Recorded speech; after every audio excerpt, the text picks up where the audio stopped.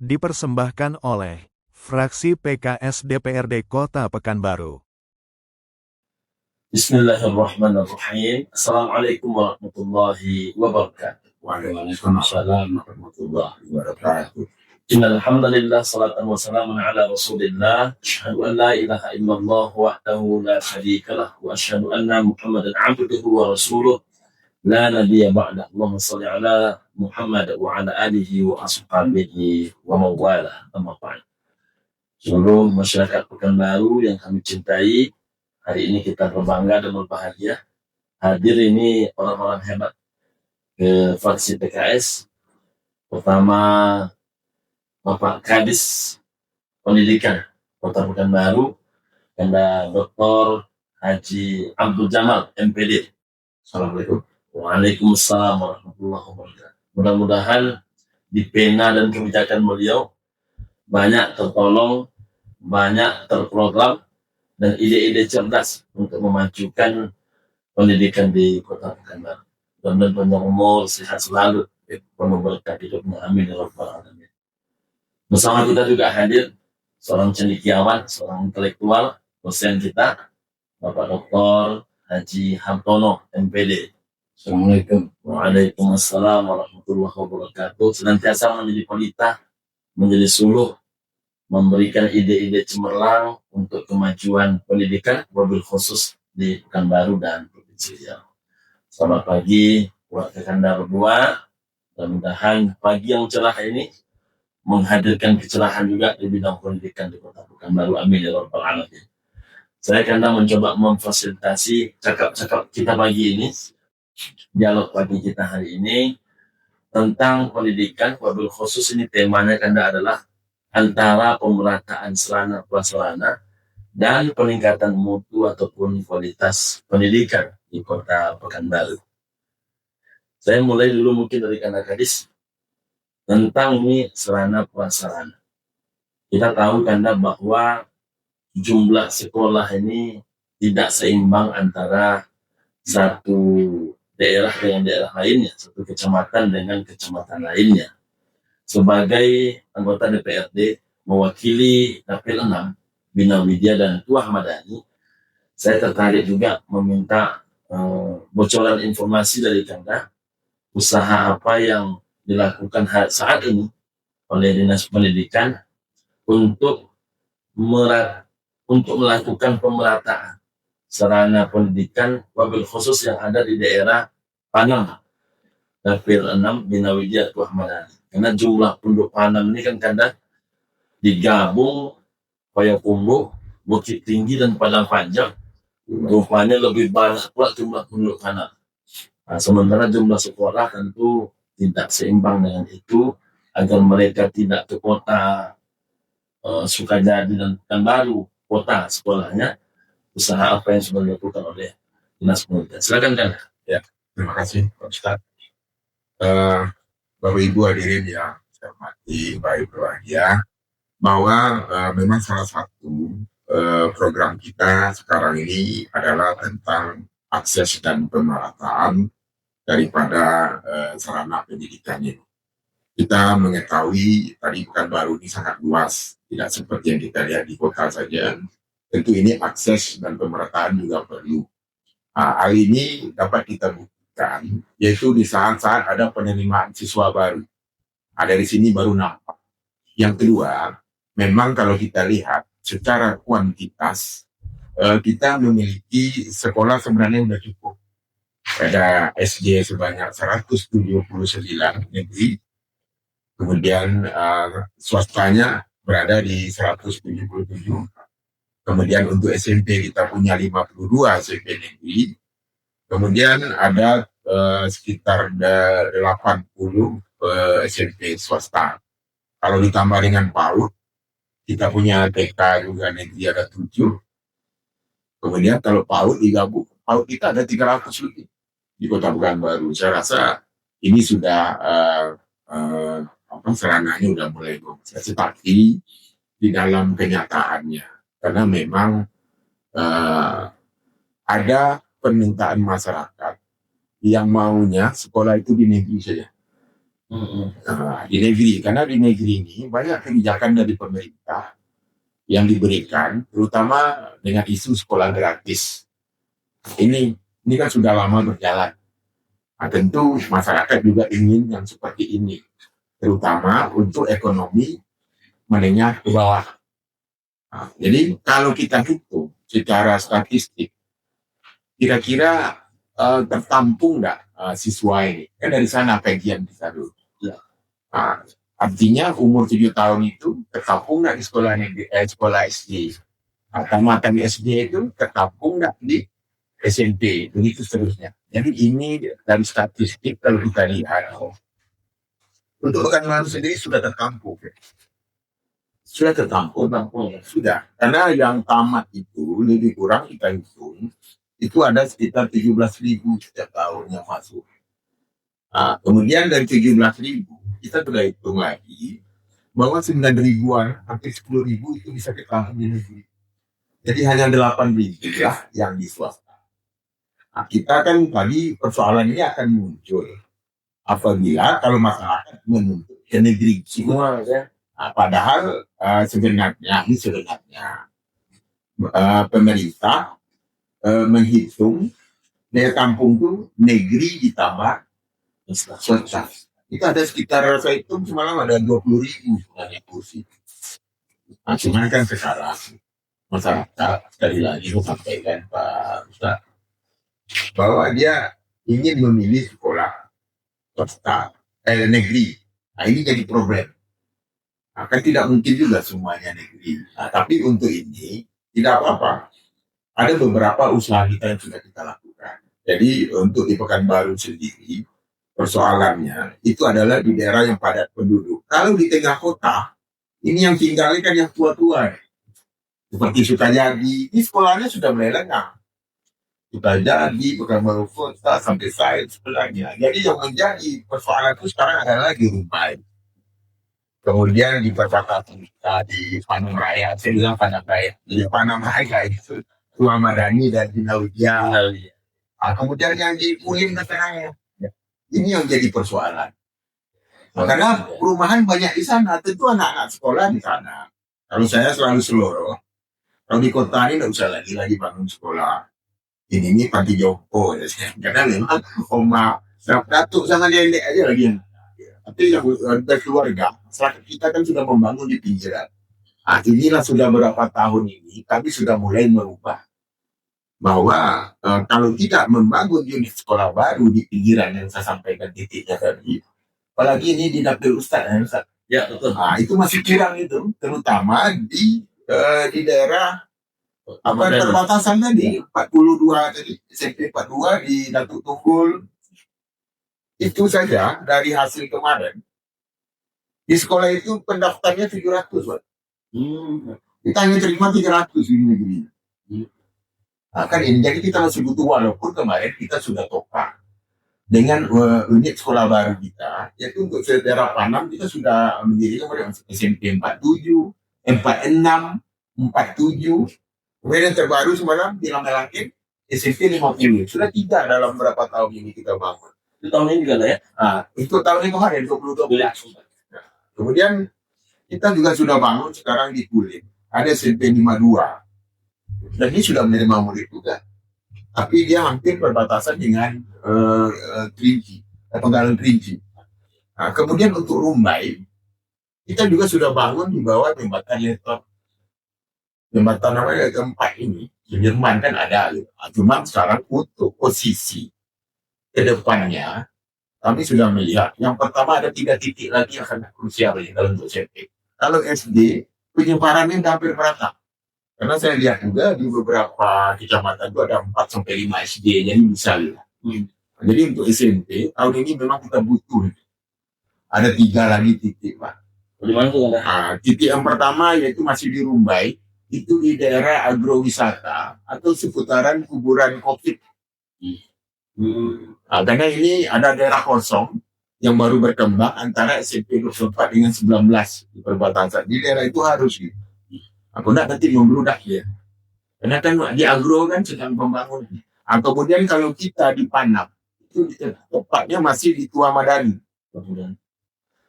di Tua Madani itu antara yang tadi itu lagi sekitar Datuk Tunggul gitu.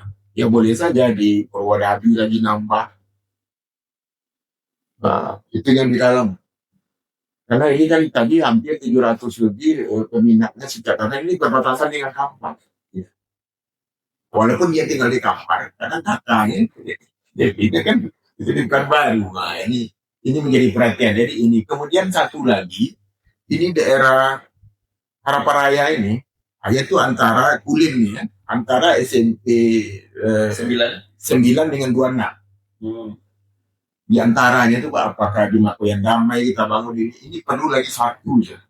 Saya rasa kalau sudah kita 3 ini untuk unit sekolah baru, insya Allah harapan masyarakat dapat dijauh. Kemudian antisipasi kita, memang tahun ini kita tidak membangun unit sekolah baru, tetapi kita ada beberapa sekolah yang kita buatkan ruang kelas baru. Nah, contoh dari di Ubai, insya Allah sekarang kan dalam tahap perencanaan mungkin akan dikerjakan. Ada beberapa titik juga Pak. Di SMP 24 Rumbai, kemudian ada SMP 42, ada Tunggul. Untuk antisipasi, ada beberapa sekolah yang kita buat ruang kelas baru kalau ruangannya masih ada. Jadi mungkin ini untuk akses dan pemerataan. Luar biasa Pak Kadis. Ini informasinya juga bagi anggota Dewan ini penting nih Pak Kadis. Ya. Luar biasa, saya catat itu dengan baik. Terima kasih Pak Kadis.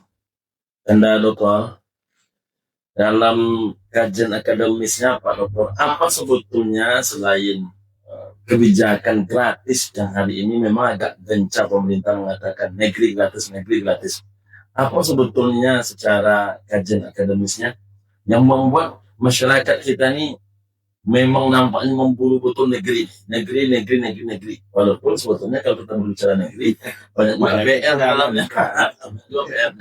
Dalam kajian yang Anda lihat sebagai seorang akademisi, apa yang membuat masyarakat kita ini lebih mengejar negeri?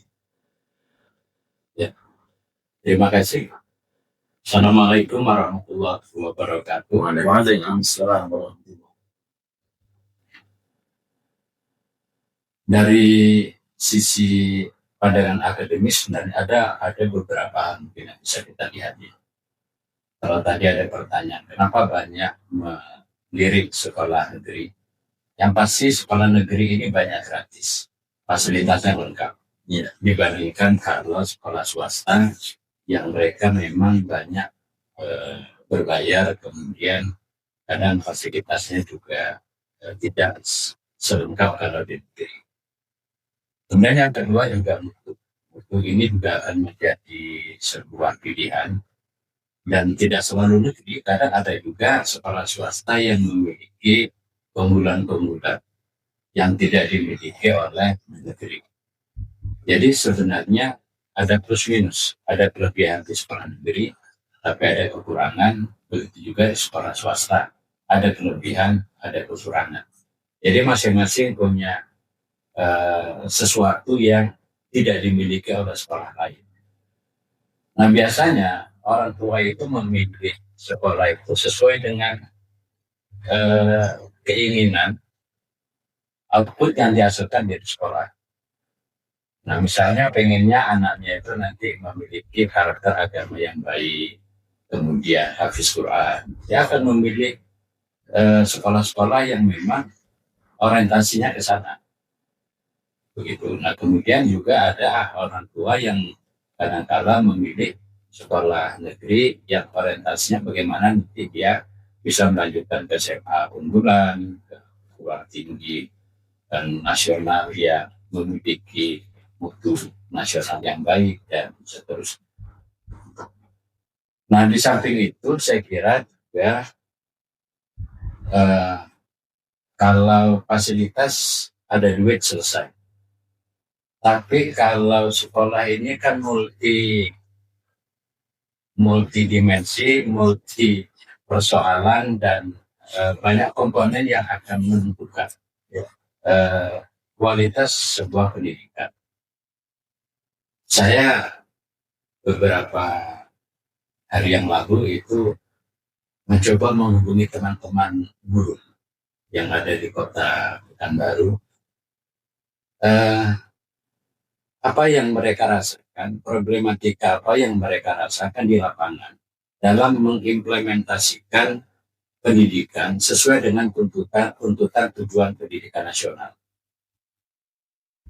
Ada beberapa catatan yang saya temukan. Pertama, hampir semua guru itu menyampaikan, kami ini Pak bingung, kenapa pergantian kurikulum.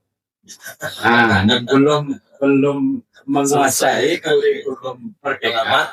Ini sudah keluar kurikulum 2025 dengan arahnya itu ke deep learning gitu ya. Ya sama halnya pada waktu kita menggunakan KTSP, kemudian udah 13, kemudian K13 yang disempurnakan, kemudian kurikulum merdeka, sampai sekarang. Bahkan ada semacam gimmick di guru-guru, wah ini kalau ganti menteri, ganti kebijakan, ganti kurikulum. Padahal sesungguhnya substansinya itu hampir sama, cuma kemasannya. Nah itu yang disesuaikan. Nah oleh karena itu memang bagaimana guru ini benar-benar dibekali dengan pendidikan, pelatihan, pengetahuan yang cukup dalam menerima perubahan kurikulum. Saya mengikuti betul pada waktu perubahan dari KTSP ke K13. Beberapa tahun saya ikuti memberikan pelatihan Pak Kadis. Itu memang menggunakan K13 akadnya, tapi realisasinya masih menggunakan kurikulum lama. Nah, seharusnya gaya mengajar itu sudah berubah, tapi belum berubah.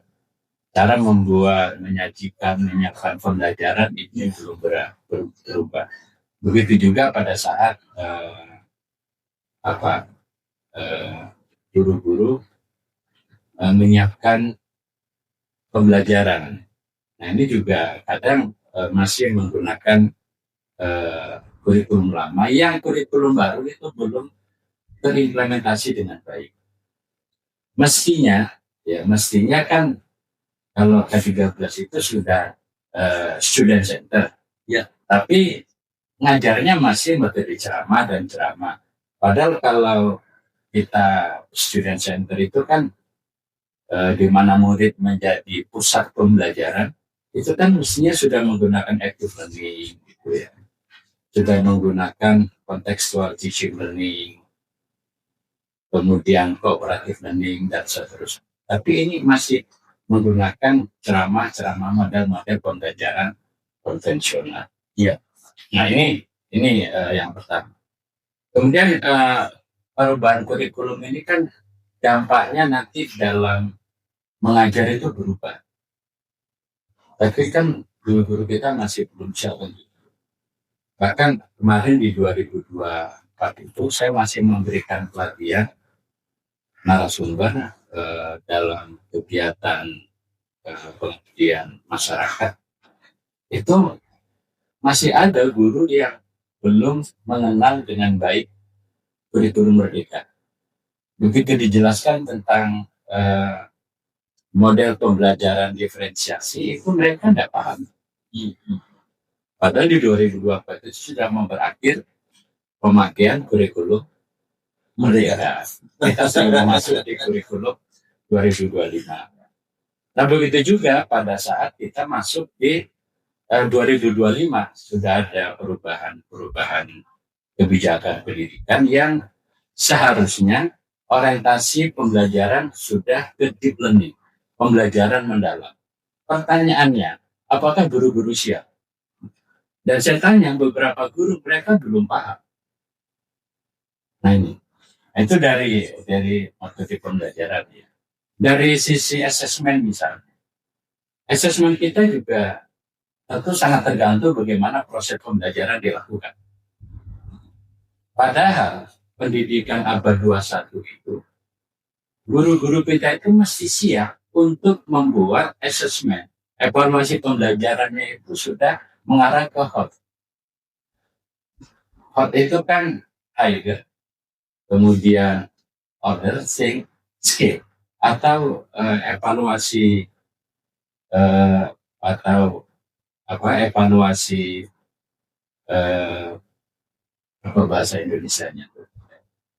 Ya, evaluasi yang yang sudah tingkat mendalam, tingkat ini sudah sampai ke analisis, evaluasi, ke grade. Ya. Sementara guru-guru kita masih C1, C2, C3. C1 itu kan lebih ke hafalan, C2 pemahaman, C3 aplikasi. Nah, sementara abad 21 itu pembelajarannya mestinya mengarah ke HOT. HOT itu evaluasinya sudah ke C4 analisis, kemudian C5 ke evaluasi, kemudian C6 itu sudah menggrade. Sementara di Singapura misalnya, pendidikan mereka itu udah jalan. Dari TK itu mereka sudah menggunakan HOT.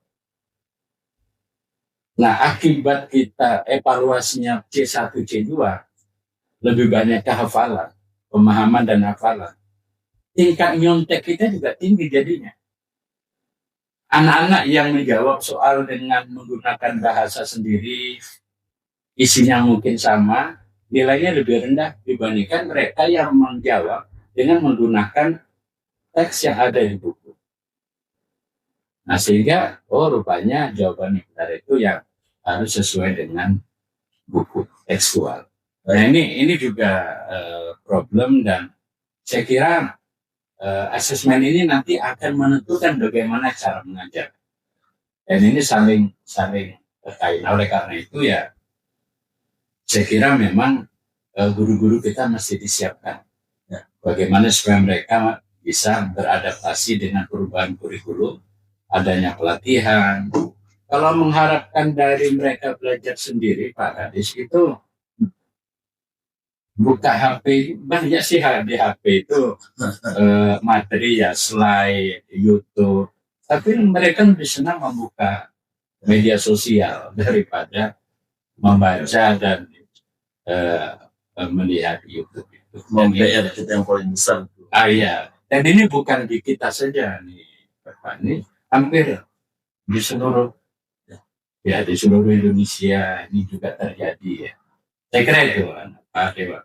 Baik, karena dokter, jadi kalau kita berbicara negeri dan swasta ini, memang banyak yang beranggapan seolah-olah negeri lah segala-galanya.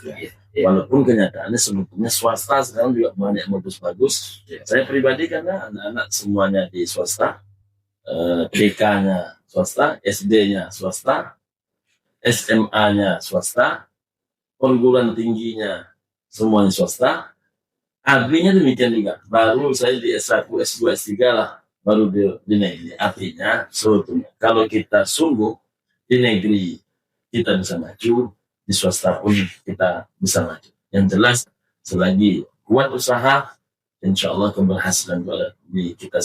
Kita lihat dulu kan, kita lanjutkan.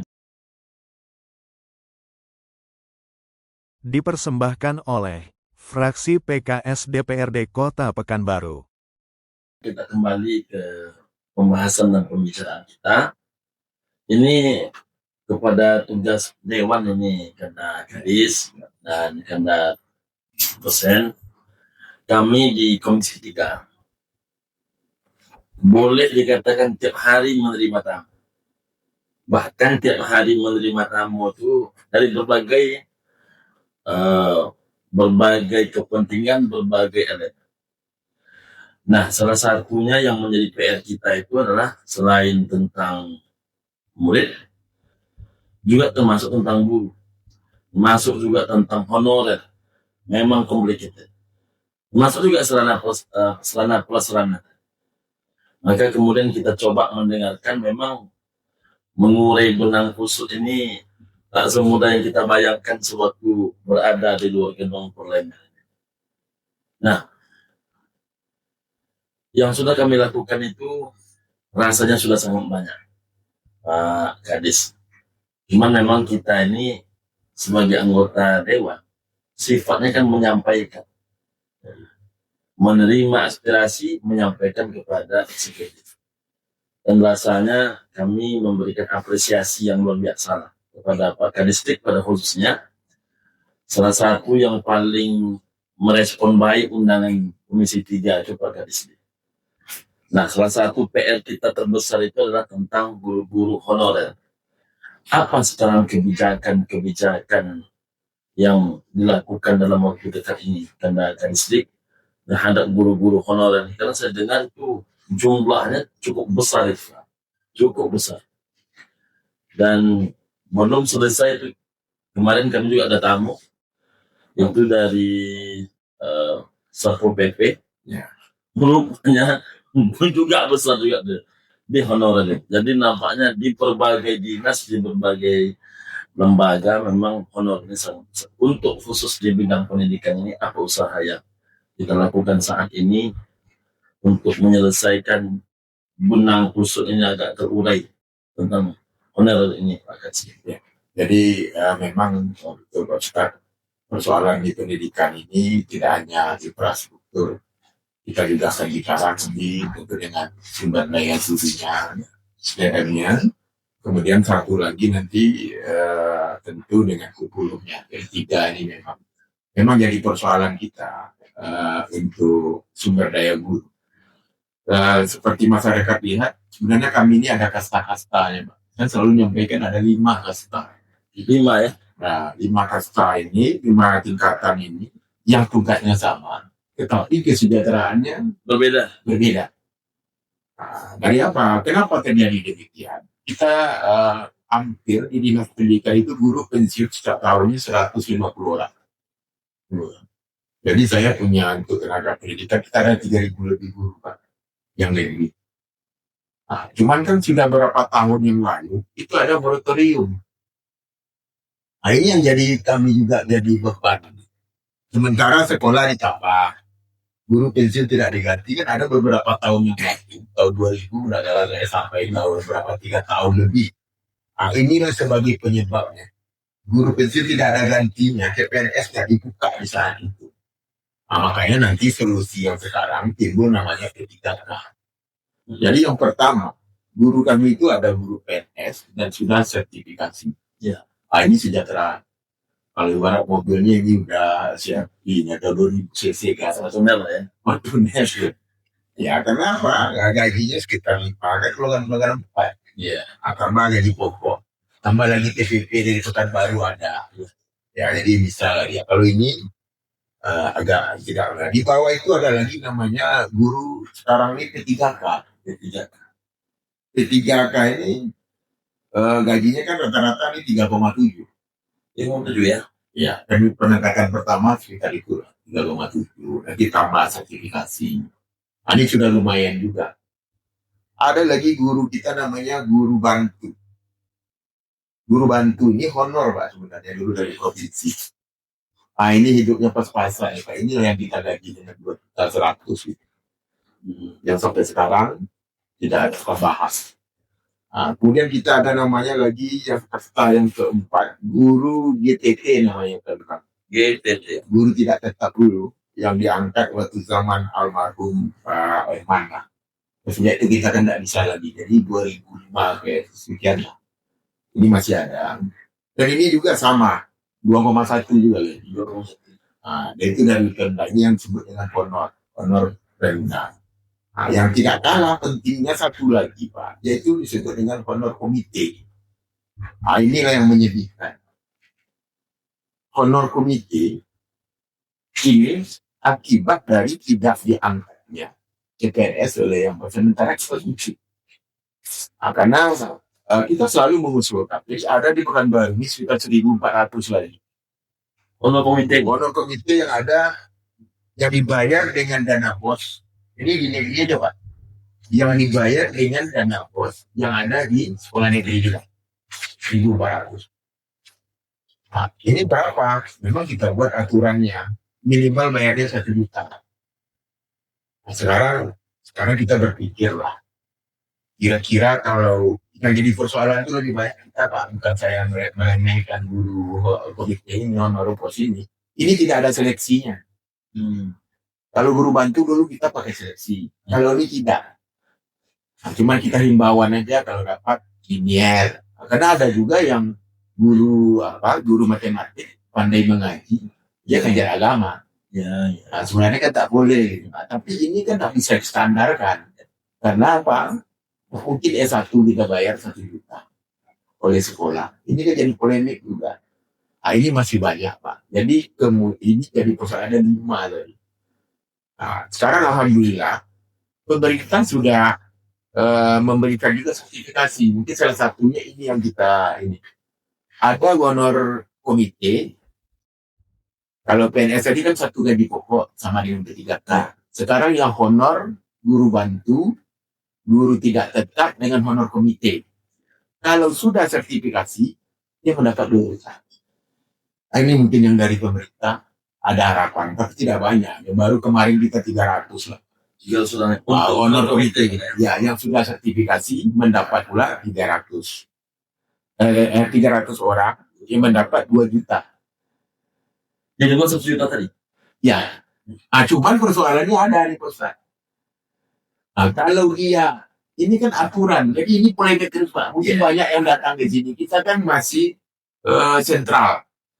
Jadi kebijakan-kebijakan itu kan dari Kemdiknas gitu. Itu kita mengacu ke sana gitu. Ini persoalannya adalah apabila dia dapat guru honor komite ini, honor bos ini, mendapat sertifikasi, honor bosnya nggak boleh bayar. Inilah kemarin agak kawan-kawannya agak itu ya. Kalau kita kan nggak bisa Pak. Kalau sudah ada payung hukumnya di sana, kalau ya dia tidak boleh. Jangan kena kawan-kawan itu protes. Kalau saya sendiri ini Pak Ustaz, saya bangga kalau dulu saya itu gajinya 10 juta, 5 juta. Senang, cuma ini aturan. Jadi bunyikannya di sana, apabila dia dapat sertifikasi, honor bos tak boleh bayar. Dan kawan-kawan ini protes. Kenapa PNS dapat Pak? Kenapa ini? Kenapa yang kita menjawabnya? Inilah yang kita usahakan di pusat supaya memang kesejahteraan ini. Alhamdulillah kita juga dari pemerintah kota ada usaha kita memberikan insentif. Nilai insentif yang 600.000 1 bulan. Mudah-mudahan ini bisa membantu dan kita harapannya mungkin bisa dibayar 12 bulan. Karena biasanya antara 2 sampai 6 bulan cuma kita bayar dalam 1 tahun. Jadi mudah-mudahan tahun ke depannya bisa dibayar 12 bulan. Jadi ada kesejahteraan. Jadi kemudian ini jadi persoalan gitu. Sebenarnya 600.000 tadi diberikan hanya kepada guru honor komite saja. Ya, ada sekitar 6.000 sampai 7.000 penerima. Yang pertama tadi honor komite kita. Kemudian kita bantu juga karena di Pekanbaru ini kan kita juga bantu dari MDA, guru-guru MDA, NDTA itu masuk ke sana, guru pondok pesantren, guru non-muslim, kemudian kawan-kawan di Kemenak yang mengajar. Jadi kita total ada sekitar 6.000 lebih penerimanya. Inilah salah satu dari pemerintah. Kemudian apa yang usaha dari pemerintah kota? Memang sekarang harusnya pemerintah kota ini lebih banyak membuka P3K. Ya. Cuman kan P3K ini berbeda dengan PNS Pak. Ya. PNS itu lebih banyak itu kewajibannya masalah gaji masuk DAU ini dari pusat. Tetapi kalau P3K nanti itu ada kolaborasi juga pengurangan dari untuk Popenda yang membayar. Ya kan akan ada persoalan juga dengan APBD. Makanya kemarin kita lihat beberapa daerah, contoh Kampar bisa P3K itu gurunya 1.000 orang. Kita di Pekanbaru, alhamdulillah memang dari 375 P3K yang ada diangkat tahun kemarin, 200 untuk guru. Jadi perhatian untuk guru itu banyak. Cuman kan kita berharap, karena P3K ini tergantung daerah. Mau berapa ribu mau diangkat. Jadi kemungkinan salah satu usaha kita ini menyampaikan juga, kita sama-sama dukung lah kawan-kawan yang di ini. Itu baru nanti kita angkat menjadi P3K. Karena sekarang ada persoalan baru yang timbul. Itu penggunaan dana BOS.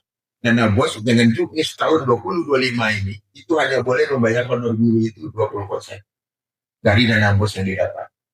Padahal kita lupa, satu lagi mungkin Pak Ustaz, nanti mungkin jadi perhatian kita. Di sekolah itu bukan guru saja. Kita lupa, di sana ada operator Pak. Iya, iya. Kalau dulu dibilang TU, ini tidak salah juga. Tenaga kependidikan. Ya tenaga kependidikan, nama itu wajib ada. Siapa yang buat laporan, siapa yang ininya, masa administrasi tak ada. Bagaimana kesejahteraan? Kesejahteraannya ini kan masih terlupakan nih. Dia selalu bicara di sekolah itu guru kan. Padahal kita lupa di dalam itu ada TU-nya. Apalagi kalau mereka tuh honorer, Pak. Honor, tidak ada yang lebih. Dan belum ada dibuka lagi jalur formasi pendidikan. Ada penjaga sekolah Pak, ini penting. Jadi di sekolah itu masih ada terlupakan dua lagi, yang penting penjaga dengan operator. Karena istilahnya operator. Nah, operator ini ya kalau bahasa lama kita ini TU.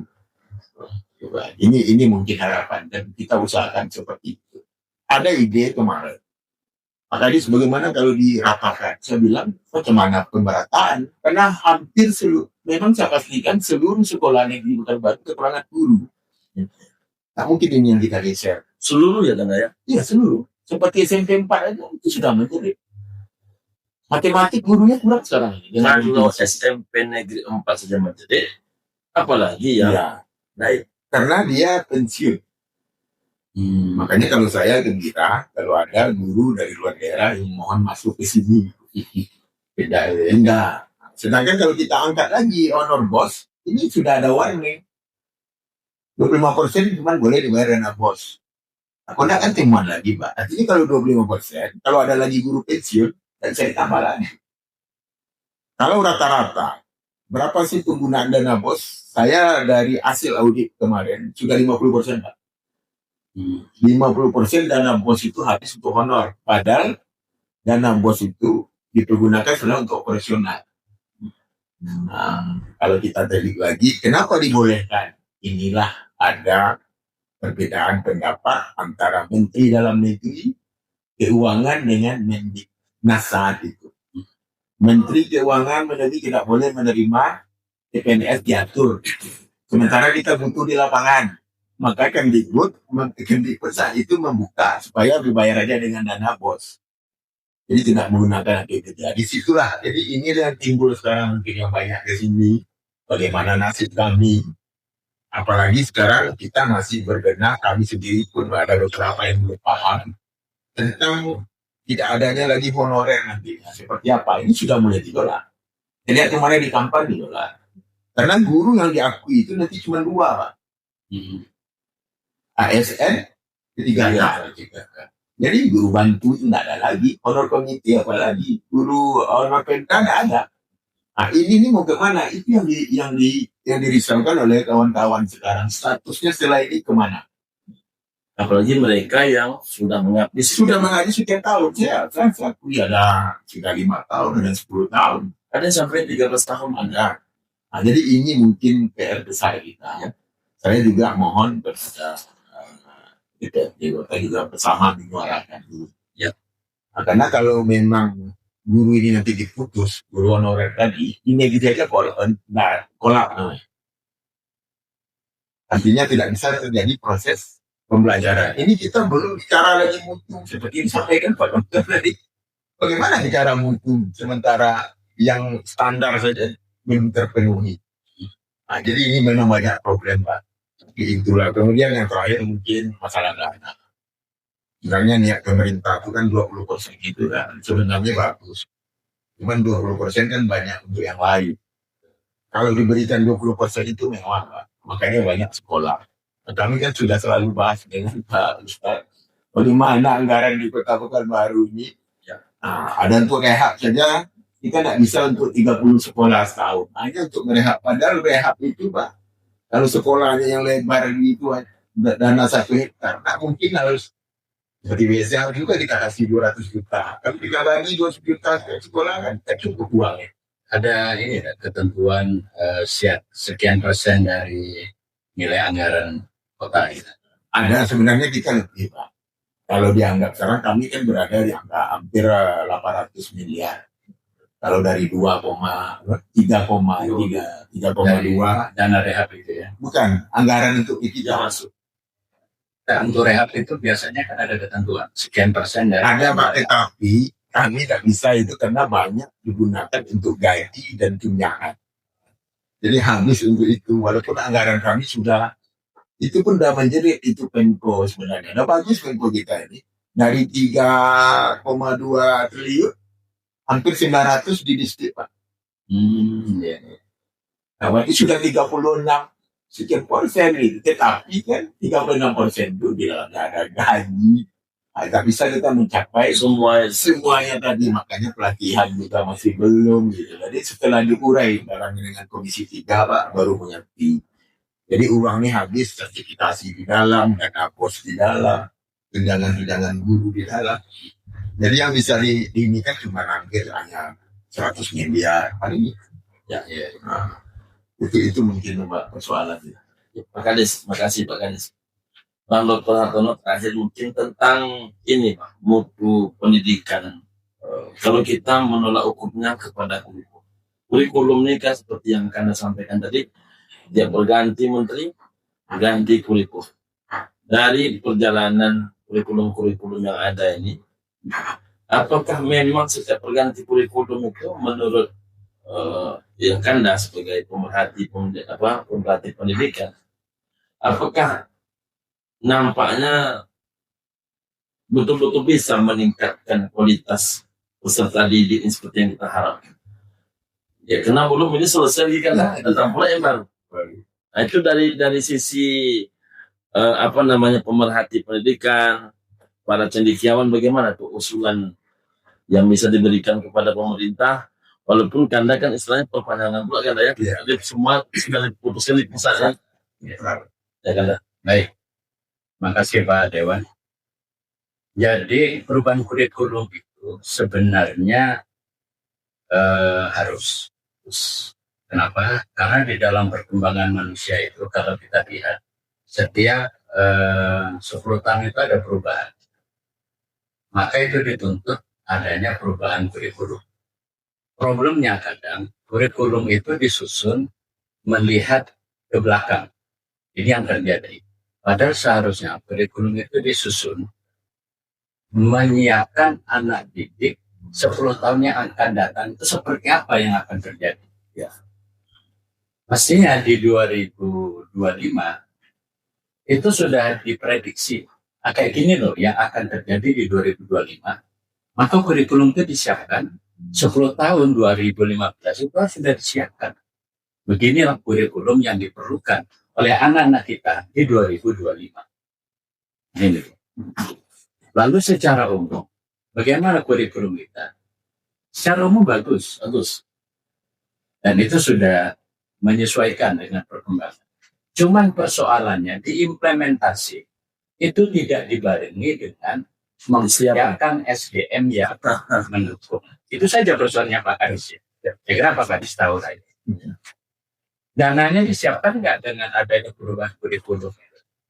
Mengubah mindset guru itu kan tidak semudah mengubah 1-2 orang. Jumlahnya ribuan bahkan jutaan yang harus kita dananya berapa.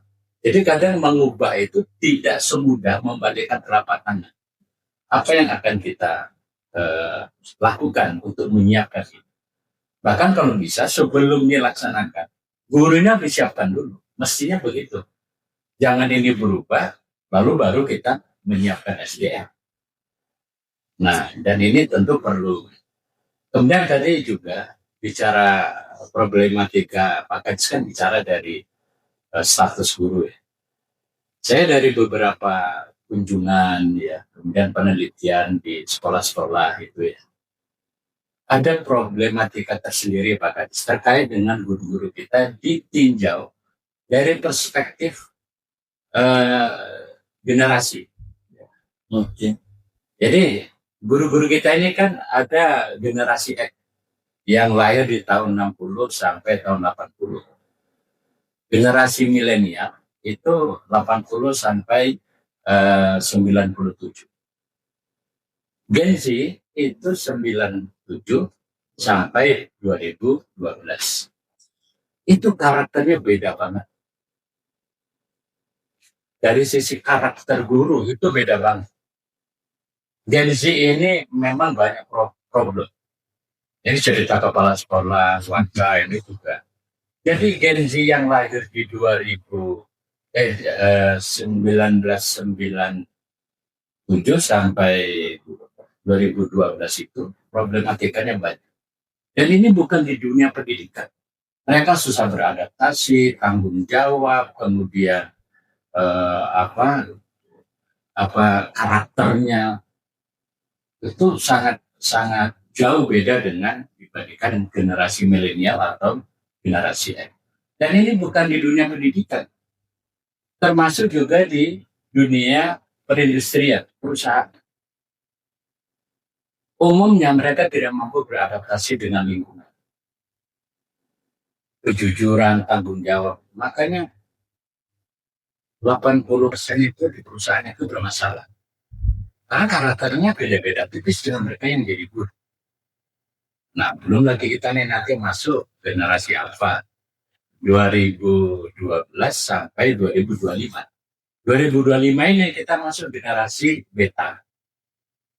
Nah, itu seperti apa? Konon kabarnya menurut cerita, generasi beta ini lebih baik dibandingkan generasi alfa. Gitu ya, karena mereka lebih siap menghadapi teknologi yang begitu berkembang pesat. Nah, kita kan baru menyiapkan di kurikulum 2025 itu kan di deep learning itu salah satu di antaranya anak-anak diajarkan tentang coding. Nah, coding itu kan bagaimana kita membuat sebuah startup aplikasi dengan menggunakan bahasa mendukung AI. Nah ini persoalan lagi ini Pak Kadis. Siapa guru-guru kita? Ujung-ujungnya sana juga. Jadi di Jogja itu ada sebuah pesantren Pak Kadis yang santrinya itu diajarkan coding. Itu jauh sebelumnya. Sehingga mereka sangat ahli ya. Dia pondok pesantren tapi diajarkan coding. Sehingga di Jakarta itu banyak perusahaan-perusahaan yang mencari tenaga kerja itu ke sana Pak, ke Jogja. Dari pondok pesantren. Nah, kita sekarang baru memulai, sementara AI sudah merambat kemana. Kemudian hampir HP kita ini sudah AI. Kemudian media sosial kita AI. Kita sudah dijejali dengan perkembangan teknologi yang luar biasa. Kita baru menyiapkan. Yang saya katakan tadi, kurikulum kita melihat ke belakang. Padahal seharusnya AI itu diprediksi 10 tahun yang lalu. Ya. Nah, memang berat ini kerja Pak Kadis. Nah, kalau kita di dunia perguruan tinggi, di akademisi kan melihat itu. Ya, melihat itu dan ya mudah-mudahan lah nanti seiring perjalanan waktu dan tentu ini Pak Kadis ini harus membuat terobosan-terobosan. Kalau mengharapkan dari pusat kemudian kebijakan-kebijakan umum itu ya apalagi mengikut ya harus inilah Kadis yang eksklusif yang berbeda dengan Kadis-Kadis yang lain. Kita dari perguruan tinggi dan dari dewan tentu siap mendukung. Ya, sama-sama. Dan selama ini kolaborasinya mantap. Iya. Saya kira itu yang mungkin. Baik, karena dokter, terima kasih. Sudah jam 10 lewat hari. Nah, mudah-mudahan apa yang kita bincang-bincangkan pagi ini menimbulkan banyak kebaikan. Insya Allah buat pendidikan di Kota Pekanbaru.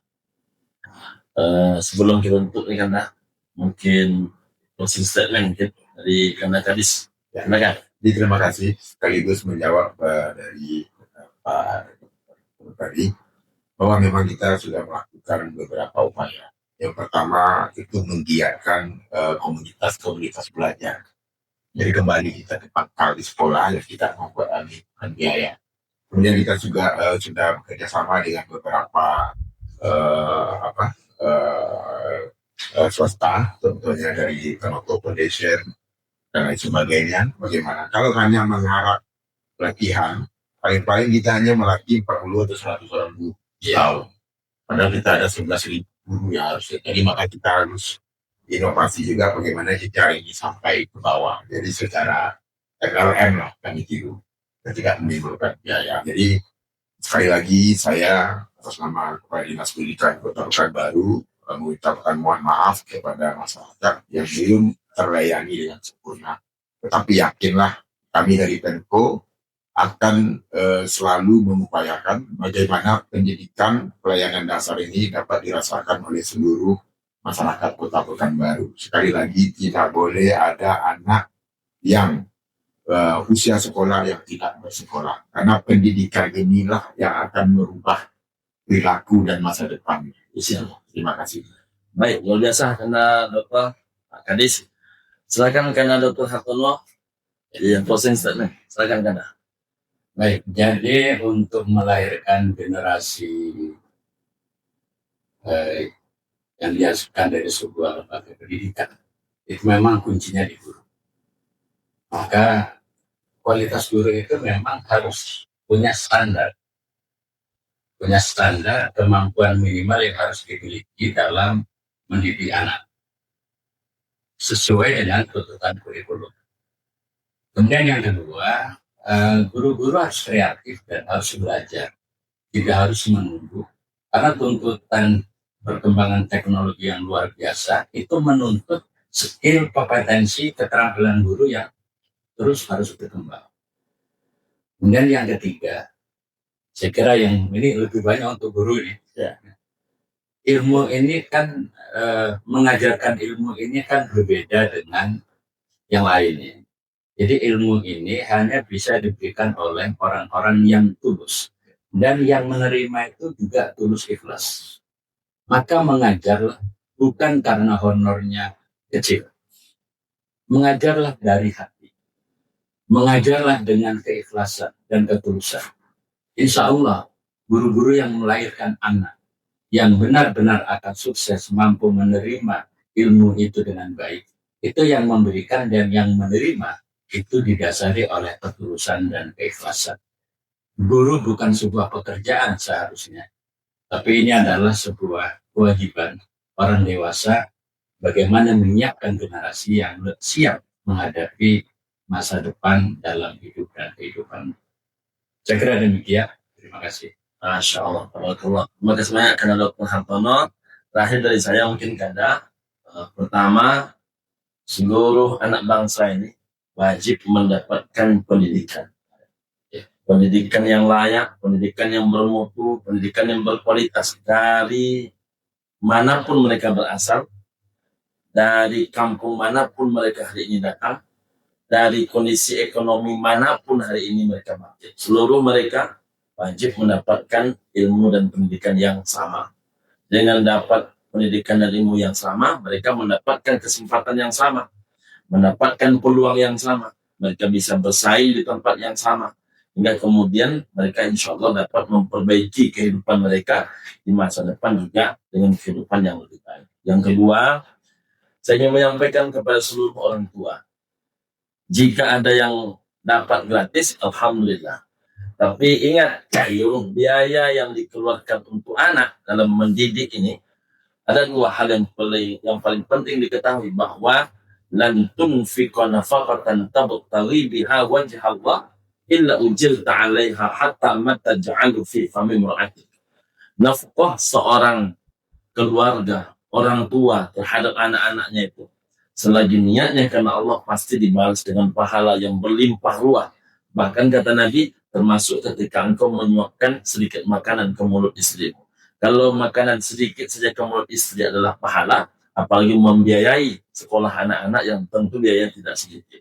Mengutip pernyataan Buya Dr. Andus Haji Rusdin Nur, pimpinan Pondok Pesantren Darul Nahdhah Mangkina. Apa kata beliau? Rata-rata anak Darul Nahdhah yang berhasil itu orang tuanya juga jujur membayarkan kewajiban. Terakhir, yang ketiga, kepada seluruh guru, sahabat-sahabat guru dimanapun berada, karena saya lama menjadi guru nih Pak Kadis ya.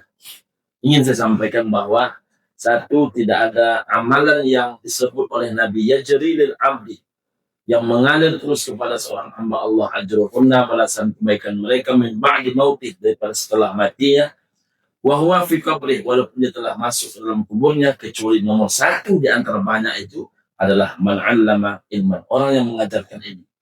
Maka di ujung pena seorang guru ditentukan nasib anak bangsa, bahkan nasib bangsa ini. Oleh sebab itu, orang bijak mengatakan, orang yang berhenti belajar, dia tidak berhak untuk mengajar. Maka teruslah belajar agar kita bisa memberikan pembelajaran baik. Demikian Kanda, sekali lagi terima kasih Anda akan Slik. Mudah-mudahan saya selalu karirnya bagus, kalangan Hartono, saya selalu panjang umur, barokah. Pertemuan kita hari ini kita tutup dengan hamdalah. Alhamdulillahirabbil alamin. Subhanakallahumma rabbana wa bihamdika asyhadu an la ilaha illa anta wa astaghfiruka wa atubu ilaik. PKS menyuarakan dan menyampaikan buat masyarakat Kota Kanda. Assalamualaikum warahmatullahi wabarakatuh. Waalaikumsalam.